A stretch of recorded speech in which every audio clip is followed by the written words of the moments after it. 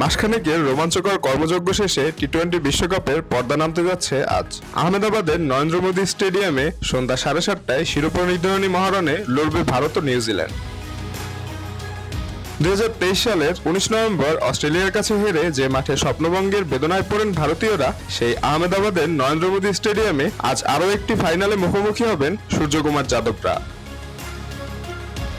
তবে আজ তারা জিতলে প্রথম দল হিসেবে 3টি টি-20 বিশ্বকাপ জয়ের পাশাপাশি টানা 2 আসরে শিরোপা ধরে রাখার অনন্য রেকর্ড গড়বে আয়োজক দেশটি।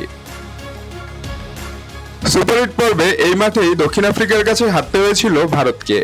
সেই স্মৃতি কাটিয়ে উঠতে বিসিসিআই এবার বেশ সতর্ক অবস্থান নিয়েছে। এমনকি ফাইনালের আগে খেলোয়াড়দের টিম হোটেলও বদল করা হয়েছে। এই ম্যাচের উইকেট কেমন হবে সেটিও এখন অন্যতম আলোচিত বিষয়। আহমেদাবাদের ফাইনালে স্পোর্টিং উইকেট হতে পারে বলে মনে করছেন ক্রিকেট বিশ্লেষকরা। ফলে ক্রিকেট বিশ্বের সবচেয়ে বৃহৎ এই ভেন্যুর সামনে ইতিহাস গড়ার সুযোগ রয়েছে।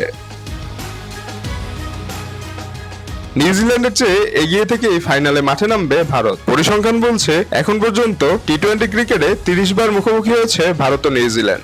এর মধ্যে ভারতের জয় 16টি ম্যাচে, বিপরীতে নিউজিল্যান্ড জিতেছে 11টি ম্যাচ। বাকি 2 ম্যাচ টাই এবং একটি ম্যাচ বাতিল হয়। টাই হওয়া ম্যাচের 2টিতেই সুপার ওভারে জয় পায় ভারত।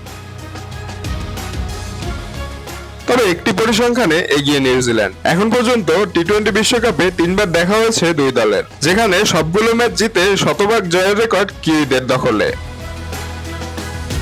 জয় পরাজয় ও অবস্থা নিরিখে পাল্লা যদিও ভারী ভারতেরই, তবু বিশ্বকাপ ফাইনাল নিয়ে ভবিষ্যৎবাণী করা যায় না। ফলে রোমাঞ্চকর এক লড়াই দেখার অপেক্ষায় ক্রিকেট প্রেমীরা।